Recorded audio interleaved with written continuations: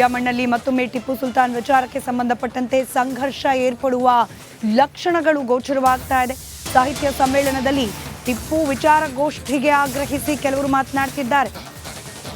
ಮಂಡ್ಯದಲ್ಲಿ ನಟ ಚೇತನ್ ಅಹಿಂಸಾ ಹೇಳಿಕೆ ನೀಡಿದ್ದಾರೆ.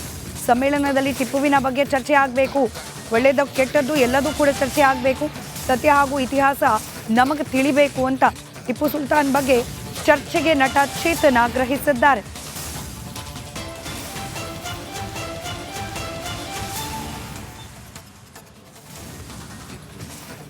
ಟಿಪ್ಪು ಅನ್ನೋದು ಅದನ್ನ ಚರ್ಚೆ ಆಗಬೇಕಾ, ಟಿಪ್ಪು ಅನ್ನೋದು ಒಂದು ಸೆಷನ್ ಇರಬೇಕಾ? ಅದಕ್ಕೂ ನನಗೆ ಟಿಪ್ಪು ಅನ್ನೋದು 500 ವರ್ಷದ ಕರ್ನಾಟಕದ ಅತಿ ಪರಿಣಾಮಕಾರಿ ವ್ಯಕ್ತಿ ಯಾರಾದರೂ ಇದ್ರೆ ಅದು ಟಿಪ್ಪು ಸುಲ್ತಾನ್ ಅವರು. ಸೊ ಆ ಟಿಪ್ಪು ಸುಲ್ತಾನಿನ ಅವರ ಸಾಧಕ ಬಾಧಕ, ಅವರ ಒಳ್ಳೆಯ ವಿಚಾರಗಳು ಅವ್ರು ಮಾಡಬಾರ್ದು ಎಲ್ಲ ಪ್ರತಿಯೊಂದು ಚರ್ಚೆ ಆಗೋದು ಬಹಳ ಮುಖ್ಯ. ಸೊ ನಮಗೂ ಕೂಡ ಅದು ಒಂದು ಶ್ರೀರಂಗಪಟ್ಟಣದ ಭಾಗ, ಮಂಡ್ಯದ ಭಾಗ ವಿಚಾರನೂ ಕೂಡ ಇದೆ. ಸೊ ಈ ವಿಚಾರಗಳೆಲ್ಲ ಸಾಹಿತ್ಯ ಸಮ್ಮೇಳನ ಚರ್ಚೆ ಆಗಲಿ. ಸಾಹಿತ್ಯ ಸಮ್ಮೇಳನಗಳು ಬಹಳ ಮುಖ್ಯವಾಗಿ ನಮಗೆ ನಮಗೆ ಮುಂದಾಲೋಚನೆಯ ಉತ್ತಮ ಸಮಾಜ ಕಟ್ಟಕ್ಕೆ ಭಾಳ ವಿಚಾರ ನಮಗೆ ಈ ಸಾಹಿತ್ಯ ಸಮ್ಮೇಳನಗಳ ಚರ್ಚೆ ಆಗತ್ತೆ. ಸೊ ಚರ್ಚೆಯನ್ನು ನಾನು ಯಾವತ್ತೂ ಅದು ಬೇಡ ಅಂತ ಹೇಳಲ್ಲ.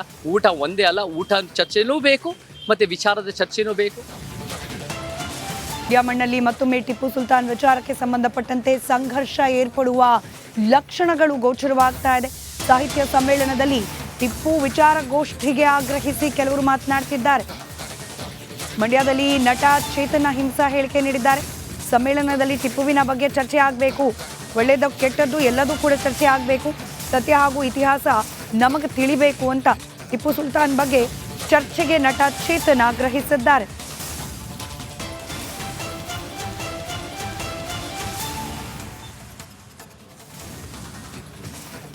ಟಿಪ್ಪು ಅನ್ನೋದು ಅದನ್ನ ಚರ್ಚೆ ಆಗಬೇಕಾ, ಟಿಪ್ಪು ಅನ್ನೋದು ಒಂದು ಸೆಷನ್ ಇರಬೇಕಾ? ಅದಕ್ಕೂ ನನಗೆ ಟಿಪ್ಪು ಅನ್ನೋದು 500 ವರ್ಷದ ಕರ್ನಾಟಕದ ಅತಿ ಪರಿಣಾಮಕಾರಿ ವ್ಯಕ್ತಿ ಯಾರಾದರೂ ಇದ್ರೆ ಅದು ಟಿಪ್ಪು ಸುಲ್ತಾನ್ ಅವರು. ಸೊ ಆ ಟಿಪ್ಪು ಸುಲ್ತಾನಿನ ಅವರ ಸಾಧಕ ಬಾಧಕ, ಅವರ ಒಳ್ಳೆಯ ವಿಚಾರಗಳು ಅವ್ರು ಮಾಡಬಾರ್ದು ಎಲ್ಲ ಪ್ರತಿಯೊಂದು ಚರ್ಚೆ ಆಗೋದು ಬಹಳ ಮುಖ್ಯ. ಸೊ ನಮಗೂ ಕೂಡ ಅದು ಒಂದು ಶ್ರೀರಂಗಪಟ್ಟಣದ ಭಾಗ, ಮಂಡ್ಯದ ಭಾಗ ವಿಚಾರನೂ ಕೂಡ ಇದೆ. ಸೊ ಈ ವಿಚಾರಗಳೆಲ್ಲ ಸಾಹಿತ್ಯ ಸಮ್ಮೇಳನ ಚರ್ಚೆ ಆಗಲಿ. ಸಾಹಿತ್ಯ ಸಮ್ಮೇಳನಗಳು ಬಹಳ ಮುಖ್ಯವಾಗಿ ನಮಗೆ ನಮಗೆ ಮುಂದಾಲೋಚನೆಯ ಉತ್ತಮ ಸಮಾಜ ಕಟ್ಟಕ್ಕೆ ಭಾಳ ವಿಚಾರ ನಮಗೆ ಈ ಸಾಹಿತ್ಯ ಸಮ್ಮೇಳನಗಳ ಚರ್ಚೆ ಆಗತ್ತೆ. ಸೊ ಚರ್ಚೆಯನ್ನು ನಾನು ಯಾವತ್ತೂ ಅದು ಬೇಡ ಅಂತ ಹೇಳಲ್ಲ. ಊಟ ಒಂದೇ ಅಲ್ಲ, ಊಟ ಚರ್ಚೆನೂ ಬೇಕು ಮತ್ತು ವಿಚಾರದ ಚರ್ಚೆನೂ ಬೇಕು. ಮಣ್ಣಲ್ಲಿ ಮತ್ತೊಮ್ಮೆ ಟಿಪ್ಪು ಸುಲ್ತಾನ್ ವಿಚಾರಕ್ಕೆ ಸಂಬಂಧಪಟ್ಟಂತೆ ಸಂಘರ್ಷ ಏರ್ಪಡುವ ಲಕ್ಷಣಗಳು ಗೋಚರವಾಗ್ತಾ ಇದೆ. ಸಾಹಿತ್ಯ ಸಮ್ಮೇಳನದಲ್ಲಿ ಟಿಪ್ಪು ವಿಚಾರಗೋಷ್ಠಿಗೆ ಆಗ್ರಹಿಸಿ ಕೆಲವರು ಮಾತನಾಡ್ತಿದ್ದಾರೆ. ಮಂಡ್ಯದಲ್ಲಿ ನಟ ಚೇತನ್ ಅಹಿಂಸಾ ಹೇಳಿಕೆ ನೀಡಿದ್ದಾರೆ. ಸಮ್ಮೇಳನದಲ್ಲಿ ಟಿಪ್ಪುವಿನ ಬಗ್ಗೆ ಚರ್ಚೆ ಆಗಬೇಕು, ಒಳ್ಳೆಯದು ಕೆಟ್ಟದ್ದು ಎಲ್ಲದೂ ಕೂಡ ಚರ್ಚೆ ಆಗಬೇಕು, ಸತ್ಯ ಹಾಗೂ ಇತಿಹಾಸ ನಮಗೆ ತಿಳಿಬೇಕು ಅಂತ ಟಿಪ್ಪು ಸುಲ್ತಾನ್ ಬಗ್ಗೆ ಚರ್ಚೆಗೆ ನಟ ಚೇತನ್ ಆಗ್ರಹಿಸಿದ್ದಾರೆ.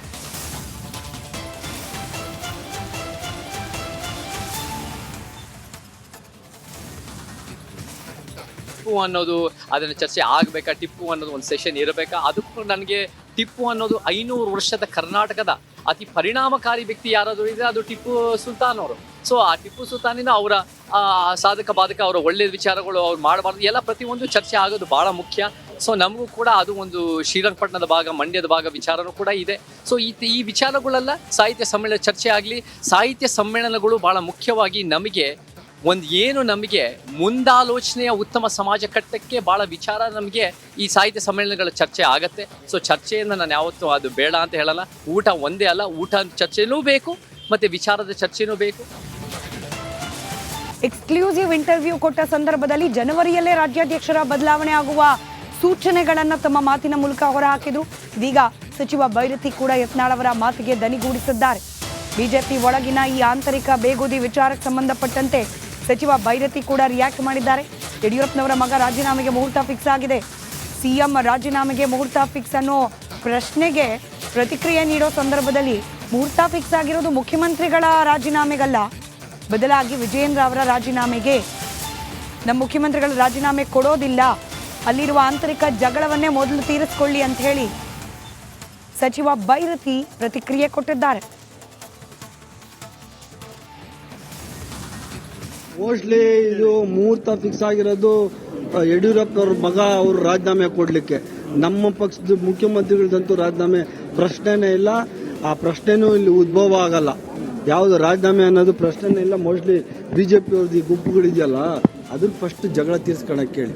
ಅವ್ರ ಜಗಳ ಪಾಪ ಬೆಳಿಗ್ಗೆ ಎದ್ರೆ ಆ ಕಡೆ ಯತ್ನಾಳವರು, ಈ ಕಡೆ ಜಾರಕಿಹೊಳಿ ಅವರು, ಆ ಕಡೆ ಇವರು ಯಾರು ನಮ್ಮ ವಿಜಯೇಂದ್ರ ಅವ್ರ ಫೈಟಿಂಗ್ ಇದೆಯಲ್ಲ, ಆ ಫೈಟಿಂಗ್ ನಿಲ್ಸಕ್ಕೆ ಹೇಳಿ, ಆಮೇಲೆ ಈ ಕಡೆ ಬರಲಿ. ಮೋಸ್ಟ್ಲಿ ಇದು ಮುಹೂರ್ತ ಫಿಕ್ಸ್ ಆಗಿರೋದು ಯಡಿಯೂರಪ್ಪನವ್ರ ಮಗ ಅವರು ರಾಜೀನಾಮೆ ಕೊಡಲಿಕ್ಕೆ. ನಮ್ಮ ಪಕ್ಷದ ಮುಖ್ಯಮಂತ್ರಿಗಳದಂತೂ ರಾಜೀನಾಮೆ ಪ್ರಶ್ನೆನೇ ಇಲ್ಲ, ಆ ಪ್ರಶ್ನೆನೂ ಇಲ್ಲಿ ಉದ್ಭವ ಆಗಲ್ಲ. ಯಾವುದು ರಾಜೀನಾಮೆ ಅನ್ನೋದು ಪ್ರಶ್ನೆನೇ ಇಲ್ಲ. ಮೋಸ್ಟ್ಲಿ BJP ಅವ್ರದ್ದು ಈ ಗುಂಪುಗಳಿದೆಯಲ್ಲ, ಅದನ್ನ ಫಸ್ಟ್ ಜಗಳ ತೀರ್ಸ್ಕೊಳಕ್ಕೆ ಹೇಳಿ. ಅವ್ರ ಜಗಳ ಪಾಪ ಬೆಳಿಗ್ಗೆ ಎದ್ರೆ ಆ ಕಡೆ ಯತ್ನಾಳವರು, ಈ ಕಡೆ ಜಾರಕಿಹೊಳಿ ಅವರು, ಆ ಕಡೆ ಇವರು ಯಾರು ನಮ್ಮ ವಿಜಯೇಂದ್ರ ಅವ್ರ ಫೈಟಿಂಗ್ ಇದೆಯಲ್ಲ, ಆ ಫೈಟಿಂಗ್ ನಿಲ್ಸಕ್ಕೆ ಹೇಳಿ, ಆಮೇಲೆ ಈ ಕಡೆ ಬರಲಿ. ಮೋಸ್ಟ್ಲಿ ಇದು ಮುಹೂರ್ತ ಅಡ್ಡೆ ಆಯ್ತಾ ಹಿಂಡಲಗ ಕಾರಾಗೃಹ. ಸೆಲ್ನಲ್ಲೇ ಅಂದರ್ ಬಾಹರಾಡ್ತಿದ್ದಾರೆ ಖೈದಿಗಳು. ಸೆಲ್ನಲ್ಲಿ ಕುಳಿತು ಕುಟುಂಬಸ್ಥರಿಗೆ ವಿಡಿಯೋ ಕಾಲ್ ಅನ್ನ ಕೂಡ ಮಾಡ್ತಿದ್ದಾರೆ. ಜೈಲಿನಲ್ಲಿ ಫೋನ್ನ ಬಳಕೆಗೆ ಅವಕಾಶ ನೀಡಿದ್ರ ಹಿಂಡಲಗ ಜೈಲಿನ ಸಿಬ್ಬಂದಿ. ದರ್ಶನ್ ರಾಜಾತಿಥ್ಯ ಪ್ರಕರಣದ ಬಳಿಕ ರಾಜ್ಯ ಕಾರಾಗೃಹ ಇಲಾಖೆ ಜೊತೆಗೆ ಸರ್ಕಾರ ಮುಜುಗರಕ್ಕೆ ಈಡಾಗಿತ್ತು. ಇಷ್ಟಾದರೂ ಕೂಡ ಎಚ್ಚೆತ್ತುಕೊಳ್ಳದ ಬಂದಿಖಾನೆ ಇಲಾಖೆ ಮತ್ತಷ್ಟು ಜೈಲಿನಲ್ಲಿ ಇಂಥದ್ದೇ ಅವ್ಯವಸ್ಥೆ ಇದೆ ಅನ್ನೋದಕ್ಕೆ ಇದೀಗ ಹಿಂಡಲಗ ಜೈಲಿನ ಈ ದೃಶ್ಯಗಳು ಸಾಕ್ಷಿಯಾಗ್ತಾ ಇದೆ.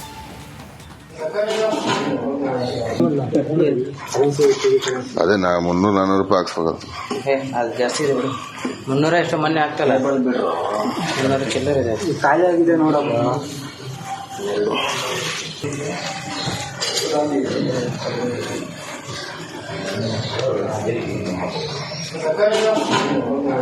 ಏನ್ರಿ ಬ್ರೋ ಒಂದು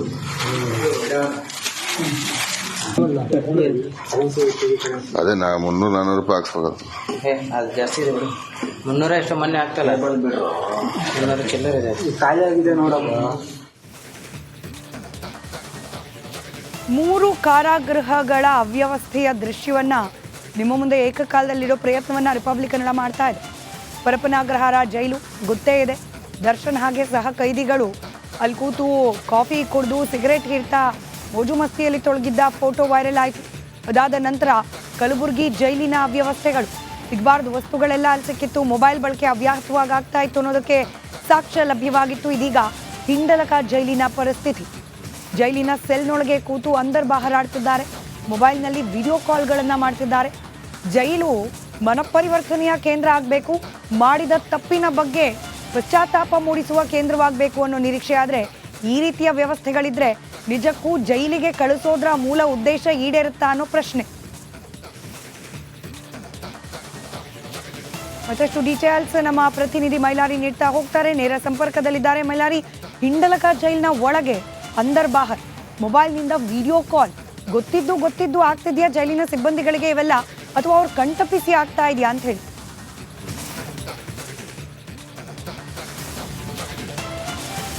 ಖಂಡಿತ ಸ್ಮಿತಾ, ಬೆಳಗಾವಿಯ ಏನು ಹಿಂಡಲಗ ಜೈಲ್ ಏನಿದೆ ಇದು ಸೆರೆಮನೆಯಲ್ಲ, ಇದೊಂದು ಅರಮನೆ ಅನ್ನೋದು ಈ ಎಲ್ಲ ದೃಶ್ಯಾವಳಿಗಳನ್ನು ಕೂಡ ನೋಡಿದ್ರು ಕೂಡ ಇದು ಪ್ರೂವ್ ಆಗ್ತಿರುವಂಥದ್ದು. ಪ್ರಮುಖವಾಗಿ ಇಲ್ಲಿ ಜೈಲಿನ ಒಳಗಡೆ ಕೂಡ ಅಲ್ಲಿ ಅಂದರ್ ಬಾರನ್ನು ಆಡ್ತಾರೆ. ಜೊತೆಗೆ ಒಳಗಡೆ ಕೂತ್ಕೊಂಡು ಏನು ತಮ್ಮ ಸ್ನೇಹಿತರಿಗಿರ್ಬೋದು ಅಥವಾ ಕುಟುಂಬಸ್ಥರಿಗೆ ವಿಡಿಯೋ ಕಾಲನ್ನು ಕೂಡ ಮಾಡ್ತಾರೆ. ಜೊತೆಗೆ ಕಳೆದ 2-3 ತಿಂಗಳ ಹಿಂದಷ್ಟೇ ಅಲ್ಲಿನ ಅವಾಂತರ ಬಗ್ಗೆ ಕೂಡ ಸಾಕಷ್ಟು ವಿವಾದಗಳು ಕೂಡ ಕೇಳಿ ಬಂದಿದ್ವು. ಆದರೆ ಈಗ ಎಚ್ಚೆತ್ಕೊಳ್ಬೇಕಿದ್ದಂಥ ಬಂದಿಖಾನೆ ಇಲಾಖೆ ಇನ್ನೂ ಕೂಡ ಎಚ್ಚೆತ್ಕೊಂಡಿಲ್ಲ.